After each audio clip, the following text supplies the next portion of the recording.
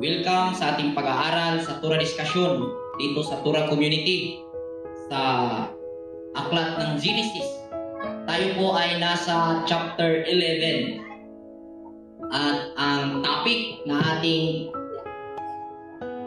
pag-aaralan sa hapong ito ay may pamagat ang Tore ng Babel.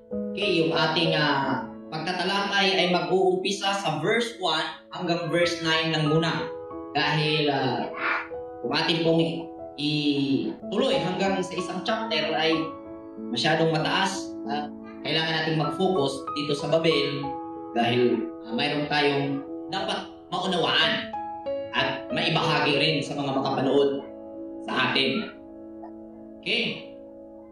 Ang ating gagawin, basahin ni Brother Alban ang existing translation gamit ang New World Translation.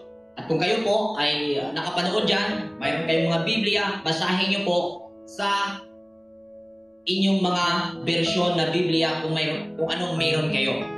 At doon sa mga makapanood na may alam sa Hebrew, inanyayahan ko kayong muli na inyo pong siyasatin ang pagtatalakay na ito at muli ko pong ipapaalala sa mga eksperto na makapanood.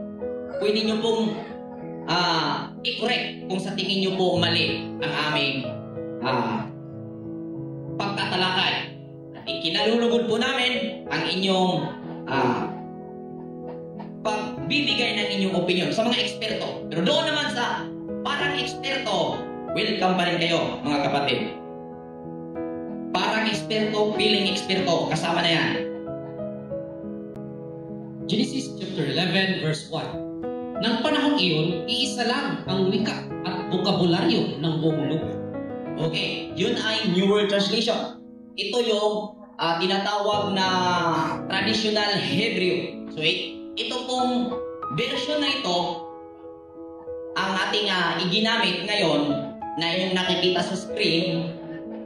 Ito po yung pinagmulan ng mga translation na hawak po ng bawat isa. So, ito ay mula sa sinabing Paleo-Hebrew na in-translate ng mga CGs, Septuagint, kung tawagin. So, ito yung modern Hebrew alphabet na isinalin. At dito nagmumula ang mga existing translation na inyo pong hawak ngayon o hawak po natin ngayon. So, basahin ko po sa Hebrew ang verse 1. Ang sabi dito, Bayhe kol haaret safa ikat o dibaring akidin. At akin pong ang ginawa ko po, translate ko po sa Filipino language.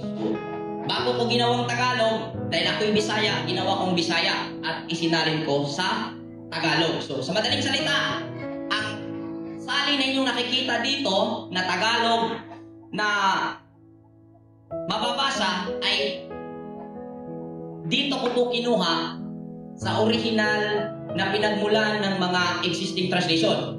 So, sa mga disclaimer na sarili kong opinion ito, hayan po, existing po yung pinagmulan sa kinunan ko sa aking translation.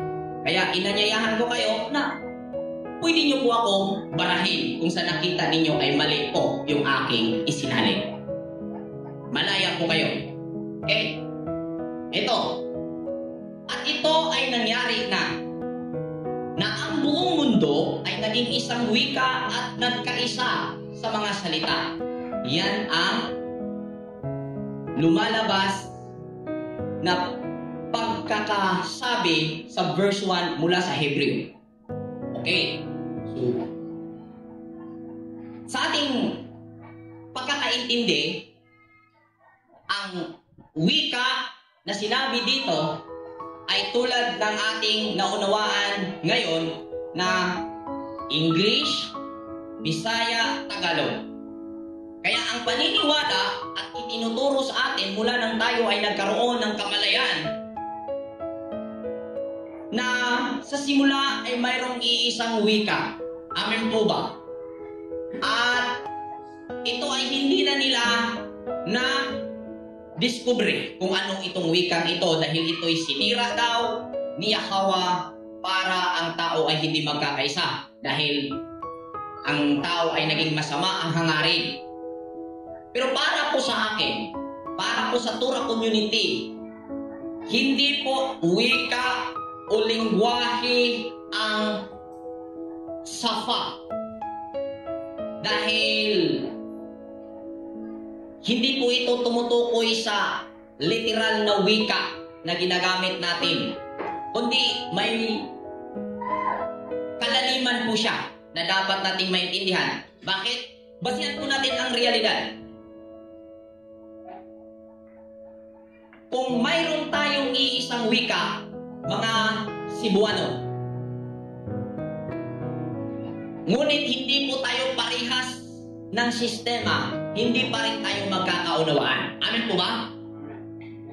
Kahit po sa isang pamilya, parehas po ang wika, parehas po ang nanay at tatay ang pinagmulan, parehas ang wika, ngunit hindi pa rin yan magkakasundo minsan. Bakit? Ang pinakarason ay sistema. Kaya para sa amin, ang safa ay hindi wikang literal.